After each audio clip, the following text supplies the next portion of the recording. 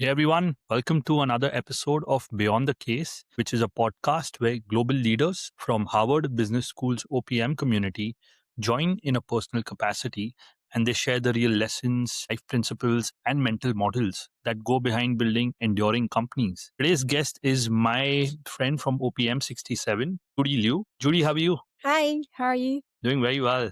Pleasure to have you on the show. Thank you.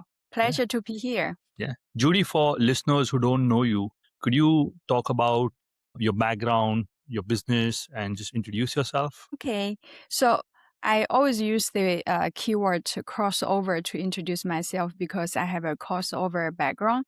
So the first crossover is between technology, internet, and luxury industry. The second crossover is between entrepreneur and also international large companies. So I start my career as an entrepreneur.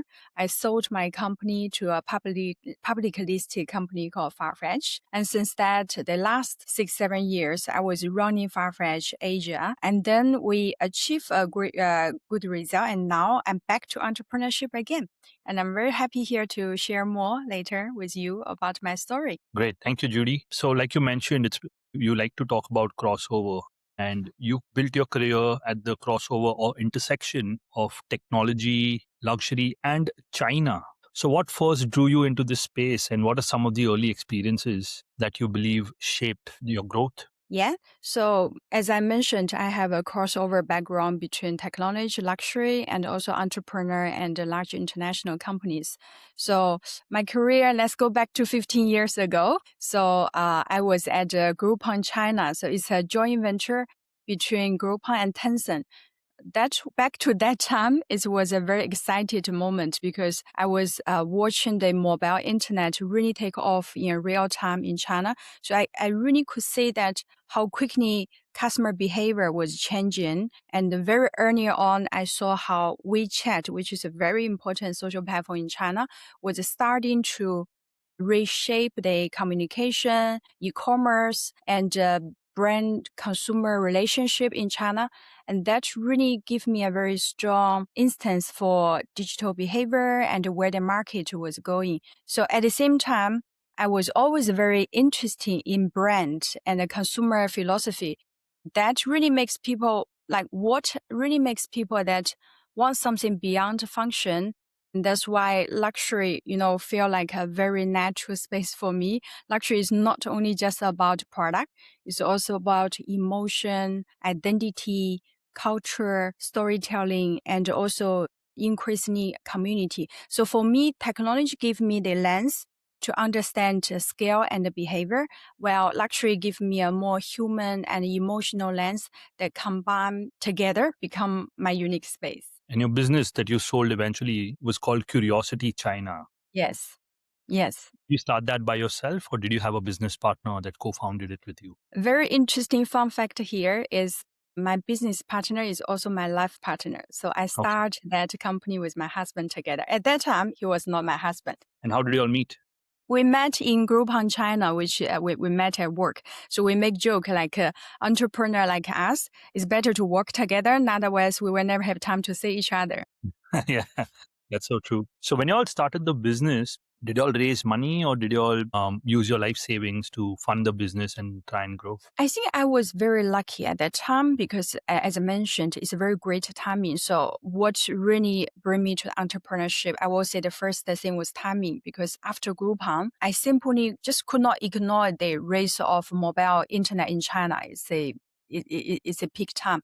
So everything was moving so fast. And I feel that there is a huge opportunity being created for people who could understand both technology and brands. And this really, I think we were lucky at that time just to arrive at that timing. And then the second reason I think for me to start my entrepreneurship was a bit personal. So my father was an entrepreneur. So I grew up with that influence. He always told me in Chinese something like, how much you achieve depends a lot on how bored you are. So I didn't really fully understand it when I was a kid, but later I realized that idea actually stayed with me. It made entrepreneurship feel very natural. And then later As you mentioned, I sold the company I built called CuriosityChina, and I worked inside Farfetch, which is a publicly listed company. And I learned something else. A big platform give you scale, great talent you can never hire when you're an entrepreneur, and strong resource. But entrepreneurship still give you like something very special, the ability to choose people to who you can work together, the culture, the direction, and the kind of company you really want to build. So I still love the feeling that to create something today. Going back to that quote that your father mentioned, what you achieve depends on how bored you are. Does that mean you need to be a lot more bored, or does that mean you should be busy? How do you interpret that? I think it's really, in the Eastern education, especially in China, the education tell us to follow the rules in a box, right? But my experience is a bit different. I'm kind of a rebel type of student. So Yeah. I think that courage is something very unusual. I think it's something really play very important role as an entrepreneur. I think that is what my dad means. That you need to have the courage to be Right. bored, to challenge yourself, to always move ahead. Very well said. How did you go about getting your first few customers once you decided to start out by yourself? Was that Actually, challenging? one of my first customer is the American brand Coach. So I think everyone should be aware of that. And I still remember at that time, Curiosity China. So we are the company who work with Coach and bring Coach membership on WeChat to 1 million members. So which is a great result. So when I start Curiosity back to 2013, my original idea was actually to build a SaaS platform. So my mindset actually is a product builder. So at that time, WeChat would just take off. I was studying many SaaS platforms in the US that I believe that brand actually need a way to connect their traditional CRM system with the new social platforms in China, especially we are in a mobile first environment. So in the beginning, I was really thinking as a product manager. So we tried, to build the product, the platform. After a few years, I really realized the SaaS ecosystem in China was very different from the US. So the users have low willingness to pay. The unique price was lower. The retention was weaker, and the sales cost was much higher by the competition. Also, a lot of the ecosystem was dominated by the mega platforms. So if we want to survive and grow, we had to adapt at that time. That's when we shifted from being purely a technology company that we actually became a marketing technology and solution business. So basically we combine tech with service. And in some ways that was not my original dream, but it was the right business decision. So it made us profitable and also made us much more relevant to our clients. So we start from Coach, Clarins, and later we work with more than 100 luxury and premium brands, like all the names start from Louis Vuitton, Chanel, to different categories. So I think our differentiation really came from that mix. So we were not just an agency, we were also not just a software company. We understood data, platforms, and digital behavior, but we also understood that luxury brands, like their standards, their sensitivities, and how carefully they think about image and customer experience. And that's why that we are able to actually crack the market and work with more than 100 luxury brands at that time. Amazing. Sorry, this might be repetitive, but could you explain again what you did for the brands through WeChat in China? You scaled to 100 premium brands, so it sounds like what you Yes. were doing was very compelling. Yeah. So at the beginning, my idea is to create a called social CRM SaaS platform. That one side we can connect with the traditional CRM system of the brand. On another side, we can connect with the social platform. Basically, we can help the brand adopt to the new social platform. Actually, build a data hub, collect the membership together, serve and communicate with the customer better on the social platforms. That's originally the product. And later we realized that you cannot only provide the product, you also need to provide the service and solution. So later we become a marketing solution company. And that is good for the business as what I mentioned, bring us profit, also bring us the capability to actually really build a strong and deep relationship with the brands. Amazing. Why do you believe bigger brands missed this opportunity and it took someone like you and your partner to tap onto this opportunity? Why could they not think of this sooner? I think at that time, we are talking about 15 years or 10 years ago, mobile internet grows so fast in China. So we're really in a mobile first environment. And we have new platform arrive every couple years. And brands need to adopt themselves to the new platform. But each platform have a new way of communication, new format of the content. And also at that time, we still need to build the API and collect the data to let the brand have kind of data hub to have an understanding of each platform, which flow back to their core business, which is retail channels. So I think that's why, especially WeChat arrived on the market, everyone is trying to figure out what's their platform, how to communicate with their customer on the platform, how to leverage it for the commerce side. So I think, so we took that opportunity because we understand both sides. We pilot the product. We kind of need the innovation in the industry. At the same time, we are a very international team. My partner, which is my husband, he's come from Europe, like France, and which is a hub of the luxury brand.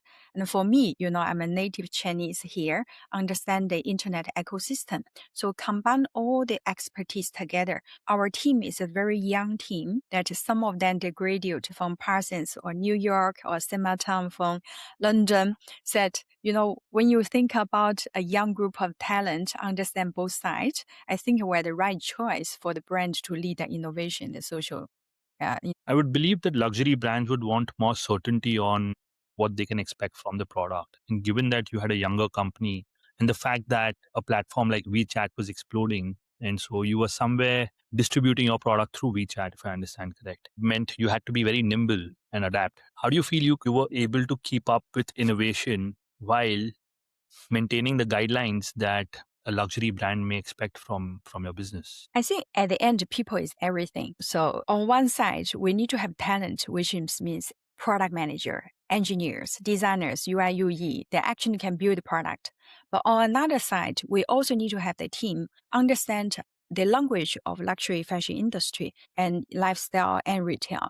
How to communicate with them. As I mentioned, we understand their standards. We understand the sensitivity they have. We understand what kind of customer experience they care on the social platforms. So from content quality to the frequency of communication, I think we really can pilot in that industry because we are much more sophisticated and dedicated for those luxury and premium brands. And then how did the entire acquisition opportunity come along? Could you walk us through that?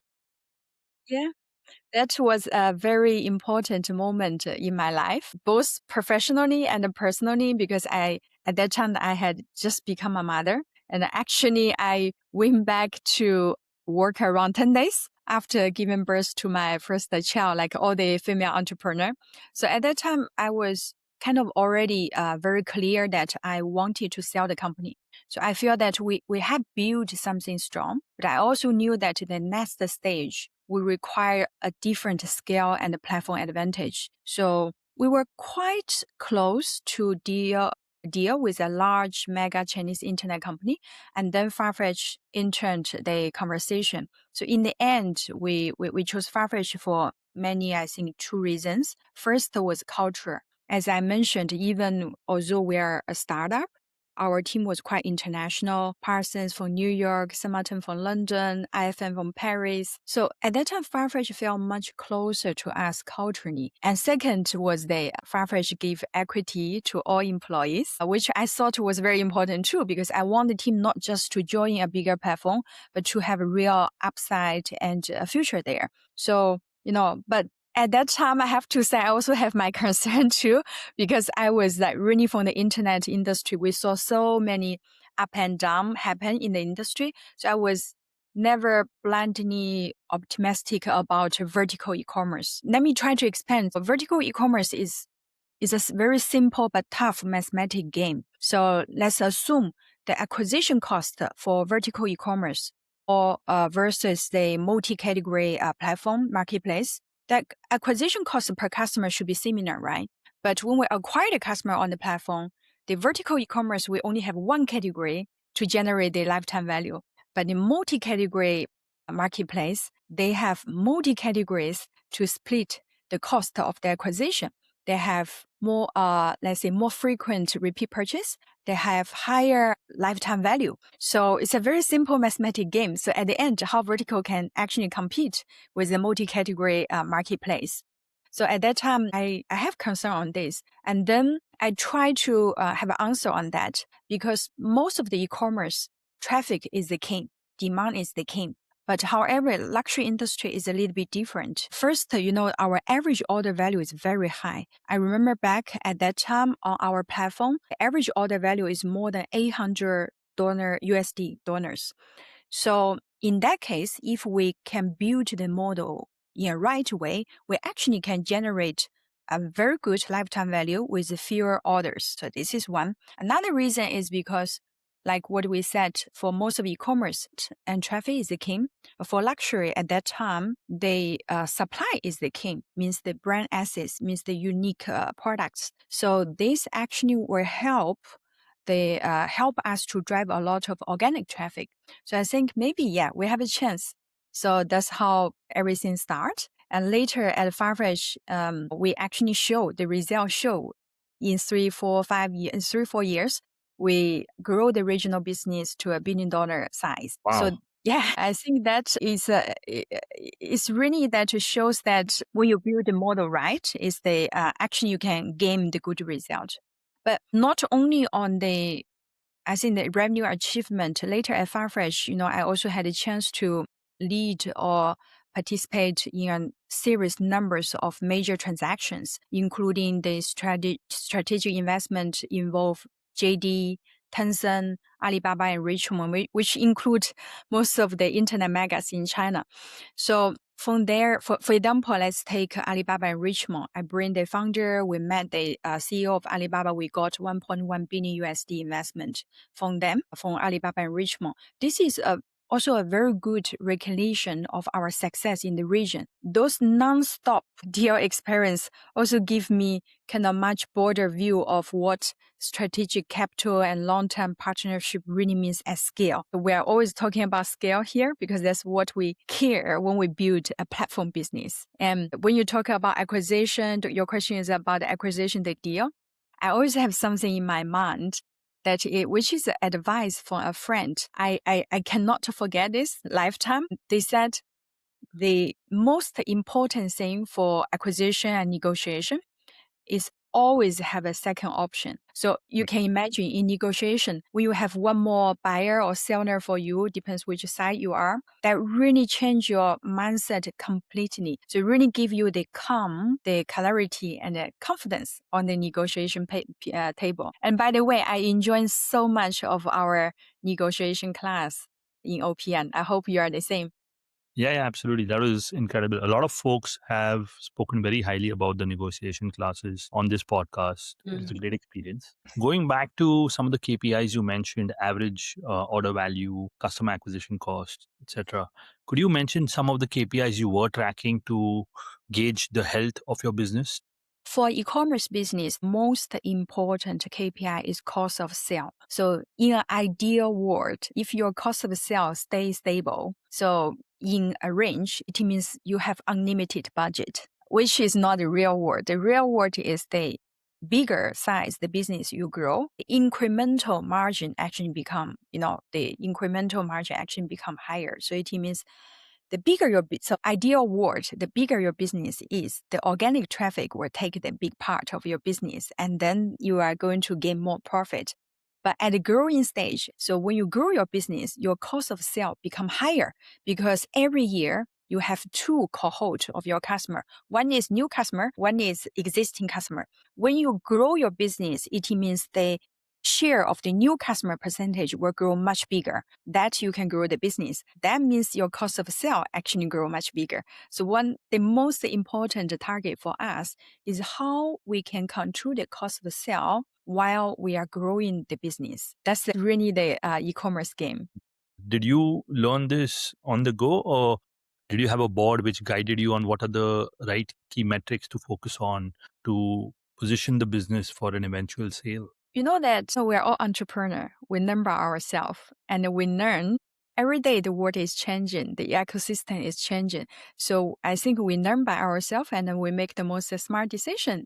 at that moment. Well said. Okay, so talk about life after the acquisition, right? You sold the business. You also helped scale Farfetch to about $1 billion, you mentioned. And so, what was your journey post the sale, and how did your leadership style evolve? I think the biggest reason was the extreme localization. I mean, I know localization is a very common word, but I really believe that if you don't localize deeply, you will never become number one in a market like China or others. So at Farfetch, we didn't just translate a global product and call it localization. What we did is we built for the local customers. So we launched a dedicated China app. So we create more localized experience and build a team structure on the ground that could move with the local speed and also the local market understanding. That make a huge difference. And also in luxury, growth is not only about getting more traffic, it's really about trust, curation, service, and brand relationship. We stay very close to our core luxury customers. One example here is 1 to 2% of our private client generate more than 1/3 of our revenue. So understanding that customer deeply was essential. That is also one big reason that we were able to scale the regional business to $1 billion. What And you motivates? talk about Yeah. leadership, right? Yeah. So leadership, I think one principle I have is I believe I need to hire people who are smarter than I am in each function. So people are everything. First, get the best people in their field, then align them around the same goal, and then give them an ambitions enough to let them feel, they are building something meaningful. So hire smarter people than you are is always my principle for leadership. But in some way, I think the shift from founder to executive was a very interesting journey for me. It's not new for me in Farfetch because earlier in my career, which I mentioned, I already experienced the hyper growth inside a larger company. So at that time at Groupon China, in 6 months, we hired 3,000 people and scaled very quickly to more than 80 cities, so leading to the IPO. So I had seen what repeat expansion inside a large system looks like. And that also helped my leadership back to Farfetch. And also moving from founder to executive, and now I'm also on the board roles.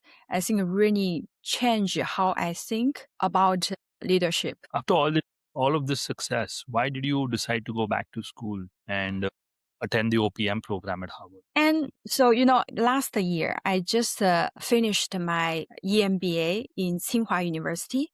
I'm not sure if you heard about it, which is top one in China. And at this stage of my life, I think first I really want to experience what's the top level business education looks like globally. And also, I think curiosity is something I benefit the most, for my learning and study. And the reason why I choose the OPM is not only about the program, of course, and it is about the cohort. So I heard OPM, most of us have an entrepreneurship background. So which proof is true, right? Everyone comes from real entrepreneurship experience. People are not there just for diploma, and we really come with genuine motivation to learn, to challenge ourselves, and to exchange ideas with each people who are also building business. I think that creates a very different energy compared to another education or study I had in the past. And also, one point I always mention, I'm very close to my living group.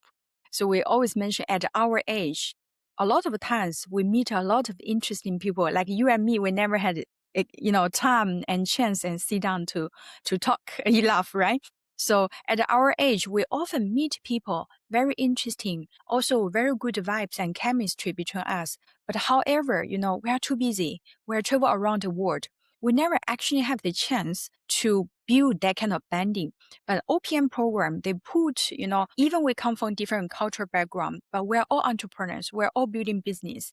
They put us from around the world, lock us together 21 days in the dorm. I think that level of bonding is not, you can get it from anywhere else. So that really also attracted me to the program. It's proof it's very right decision. I think OPM give me both perspective and also community. Yeah. Sorry, I cannot hear you. I was saying you sound like a very deep thinker and you articulate so well. Could you tell us about a book that you believe has influenced the way you think? I actually won't name just one book. I think what has helped me most is reading across very different fields. Sometimes now I think today we're a little bit too practical. So we want to read one book and immediately we want to get one answer or one framework. But when I was younger, I remember I read a lot of books that it didn't seem directly useful at that time. But when I look back, I think many of them shaped me much more deeply than I realized, right? So I really believe that there are no wasted books. It's just like no wasted roads. So recently, for example, I have gotten a lot from books which are related to Buddhist thoughts and philosophy. They have really helped me think differently about life, ego, pace, and everyone has our own karma and blessings. And beyond books, I also believe that one of the best form of learning is still cross-cultural exchange. I have traveled a lot and work cross-market. Now I'm sitting on the board of 3 international consumer brands. One is Treasury One Estates, which is a public listed company in Australia, one of the largest wine group in the world. Another one is Acne Studio, which is a luxury fashion brand started from Stockholm, developed in Paris also. And Shangsha, which is a Chinese luxury brand co-created by Hermes. So this kind of cross-cultural experience really that bring this kind of cross-industry and cultural context.